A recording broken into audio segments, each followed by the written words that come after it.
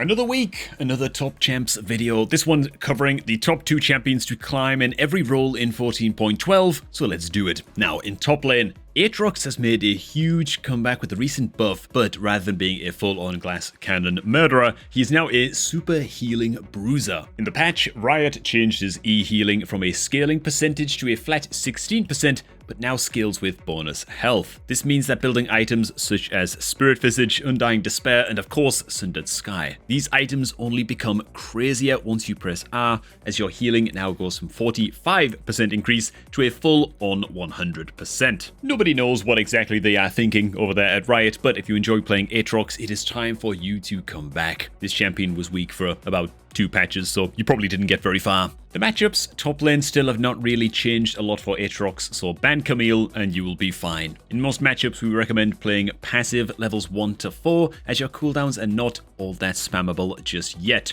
Once you get 2 points in Q, you now want to play for slow pushes and harass with Q under turret to begin slowly taking a lead. Every item completion is what will skyrocket you ahead. The other champ that is still running rampant is Camille. She remains a very solid matchup into Aatrox, so do keep on picking her. In every video, we do try to skip past Camille, but recently we have a new video coming out on her on our site, so make sure to stop by GameLeap to check that out. The versatility of Camille really comes in the form of her E. This ability can help you to engage, escape ganks, and most importantly, roam mid. This tactic is one we've not seen quite enough. Camille's lane phase really isn't what sets her apart from the others, it's her scaling. So, during the early game when you were given that free time in lane after shoving, take a roam mid and E onto these immobile carries mid and set up some kills. You can even invade junglers with proper warding and vision. There is so much room to abuse Camille that so many players are not doing right now, so make sure to do it yourself. And amen. Speaking to GameLeap, do bear in mind that this is of course, as always, just a suggested champions list. Click on the link in the description box below right now to sign up to GameLeap.com and master every single champ covered in this video. We've got hundreds and hundreds of guides authored by challenger coaches for every role and scenario you can think up. We're talking macro guides, champion-specific courses, laning deep dives, and more. So again, hit the link below right now and sign up. In mid lane, we have Vex coming back, as there is way too much mobility in the game within jungle, top, and support. We have Camille and Aatrox perma-dashing, we have Hecarim and Lilia running at the speed of light towards us from the jungle, and the engage support meta is back, so we need to be able to peel off the Leonas and the Alistairs. Vex is the best champion for that, while also being a solid assassin,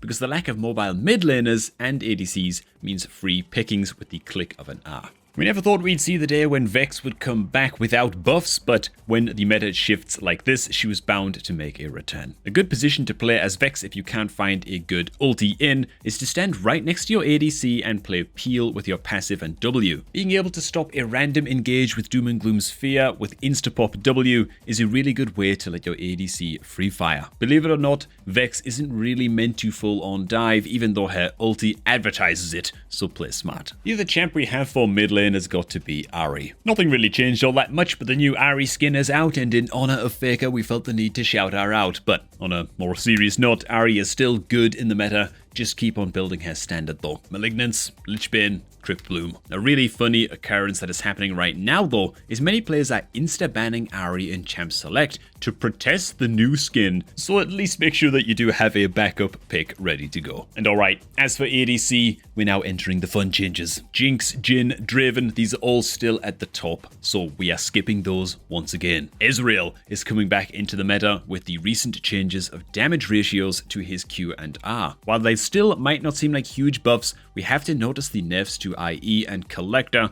making Ezreal slot right back in. Now keep in mind that Ezreal's win rate should always be hovering at around the 50% mark, as this champion is up to the players and it's all about their own individual skill. Currently, he sits at a 49.9% win rate, which is exactly where he should be. The build is back to the classic Triforce Muramana, but with the twist of Lord Dominic's Regards, or Mortal, rather than Cyrilda's, as the armor pen value is much higher on the first two. A really big tip for Ezreal players is to hit whatever is in front of you. Way too many Ezreal players seem to always want to make the cool snipe play, eing in and trying to hit the carry, but the real DPS comes from spamming autos and Q on the enemy front line and working your way through them. If you adjust your playstyle to a more traditional ADC rather than montage-like plays, then we promise you will be in the top 50% of win rate players rather than in the bottom half. If you need some help understanding how to be an Ezreal Ezreal God, check out GameLeap or Dragdar, the only Ezreal one-trick pony to hit Challenger at his weakest point. Kai'Sa is another champion who was never really bad, but she never made it into the top tiers as of recent patches. But with the change to Static's build path, adding in a pickaxe or opting to build Blade of the Ruined King over Kraken,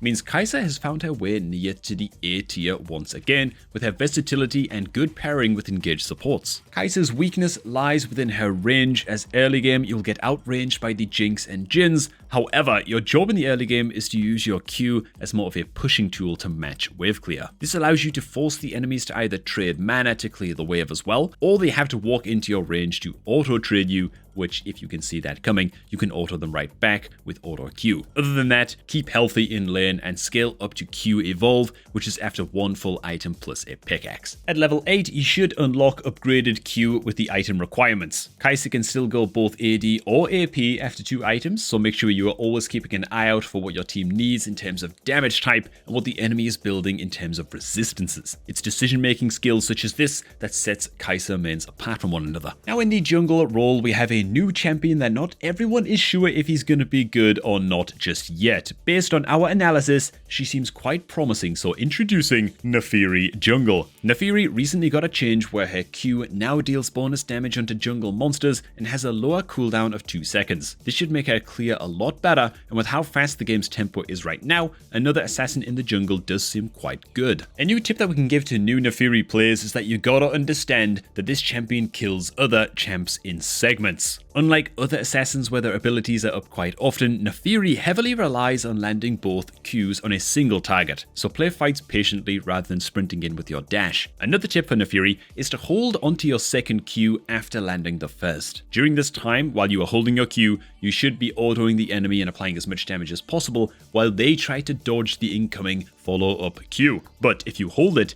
you'll begin to see their dodge pattern emerge, and then you can predict where they will move next to land that guaranteed Q2 and secure the kill. Kha'Zix is also still running the jungle, being a very strong snowball champ. His ability to one-shot the squishy carries in mid and AD while also slowing these super fast junglers with Evolve W is what makes him so perfectly versatile. This week, however, we want to talk to you guys about builds, as we have noticed a change in builds depending on elo. If you are playing in a lower elo, we noticed that Hubris into Profane Hydra has had the highest success rate, while in higher elos, many Kha'Zix players opt for the Umbral Glaive into Profane line. And the explanation for this, well, in lower elos it is more of a consistent strat to get fed off of kills, while in higher elos it is better to clear out vision and set up plays. Give both builds a try, and hell, let us know if you've been playing any spicy Kha'Zix builds of your own that have been working for you. And following that very near call on the voice crack, we're finally wrapping things up with support, which is just as well because I need a drink. For support, we have a really annoying creature clawing her way back into the game, and that is, of course, Yuumi. With her E cooldown going down by 2 seconds flat and her R healing more,